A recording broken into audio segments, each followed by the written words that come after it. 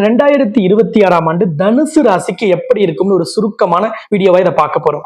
தனுசு ராசிக்கு 3ஆம் இடமான முயற்சி ஸ்தானத்தில் கும்பத்தில் ராகு, 4ஆம் இடமான மீனத்தில் சனி பகவான், 7ஆம் இடமான மிதுன ராசியில குரு, ஜூன் 1ஆம் தேதிக்கு பிறகு 8ஆம் இடமான கடக ராசியில குரு உச்சம் பெற போறார்.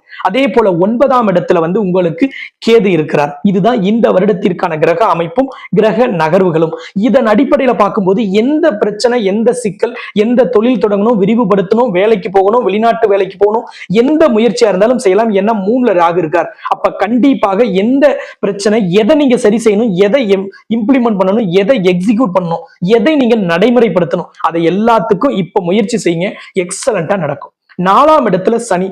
அப்ப நீங்க தொழில் வியாபாரத்துல பெரிய அளவிலான வளர்ச்சியை பார்ப்பீங்க. வண்டி வாகனத்தை வச்சு தொழில் செய்யக்கூடியவர்கள், ரியல் எஸ்டேட் பண்றவங்க, கன்ஸ்ட்ரக்ஷன் இண்டஸ்ட்ரியில இருக்கக்கூடியவர்கள் எல்லோருக்குமே இது ஜாக்பாட் அடிக்கும் காலமா இருக்க போகுது. ஏன்னா 4ல சனி இருக்கும் பொழுது. அதே மாதிரி வேலையாட்கள் பற்றாக்குறையால் பாதிக்கப்பட்டவர்களுக்கு எந்த தொழிலும் ஏதோ ஒரு வேலையாட்கள் பற்றாக்குறை இப்ப இருக்கு. அந்த பிரச்சனை சரியாயிடும். ஒரு நல்ல வேலையாள் கிடைப்பார். வேலையாட்கள் பற்றாக்குறைங்கிற பிரச்சனை இனிமேல் இருக்காது. 7ல குரு இருக்கும்போது திருமண தடை நீங்கும். வாழ்க்கை துணையோட இந்த கருத்து வேறுபாடு சரியாகும். பிரிந்த தம்பதியர் ஒன்று சேருவார். 8ஆம் இடத்துல குரு வந்துட்டா நல்லது இல்லையா அப்படின்னா கண்டிப்பாக உங்களுக்கு நல்லது. ஏன்னா உங்க ராசிநாதன் குரு எங்க இருந்தாலும் உங்களுக்கு நல்லதுதான் செய்ய போறார். உங்க ராசிக்கு 12ஆம் இடத்தை, 2ஆம் இடத்தை, 4ஆம் இடத்தை தான் குரு பார்க்க போறார் ஜூன் 1ல இருந்து.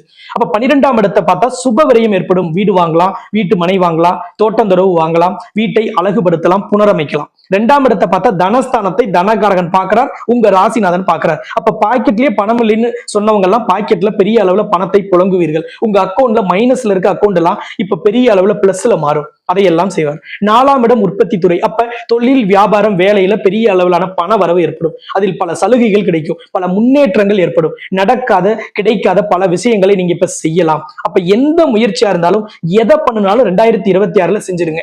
இதை விட சிறந்த அமைப்பு அப்படிங்கிறது இன்னும் ஒரு 4-5 வருஷத்துக்கு இருக்காது. அப்ப இதை சரியா நீங்க பயன்படுத்திக்கிங்க. 9ஆம் இடத்துல கேது இருக்கு. இந்த 9ஆம் இடத்துல கேது இருக்கும்போது நான் ஏதாவது எனக்கு தெரிஞ்சு ஒரு தப்பு பண்ணிட்டேங்க, ஒரு பிசினஸ்ல நான் சீட் பண்ணிட்டேன், அல்லது எனக்கு தெரிஞ்சு இந்த தப்பு நான் செஞ்சுட்டேன்னா அதற்கெல்லாம் பிராயச்சித்தம் தேடுறதுங்கிறது 9ல கேது அல்லது 9ல குரு இருக்கும்போது. அப்ப கண்டிப்பாக நீங்க ஒரு என்ஜிஓல சேர்றது, ஒரு ட்ரஸ்ட்ல சேர்றது, ஒரு ஆலய திருப்பணி எடுத்து செய்யறது, தான தர்மங்கள்ல ஈடுபடுறது, இது எல்லாமே உங்களுக்கு கடந்த காலங்களில் இருந்த உங்களுடைய கர்மாக்களை நீக்கும். உங்களுக்கான வெற்றிகள் அனைத்தும் உறுதியாகும். உங்கள் திட்டங்கள், எண்ணங்கள், ஆசைகள் அனைத்தும் நடைபெறும் ஆண்டாகவும் 2026ஆம் ஆண்டு தனுசு ராசிக்கு 100க்கு 85% சுப பலன்களை பெறக்கூடிய ஆண்டாக உறுதியாக இருக்கும்.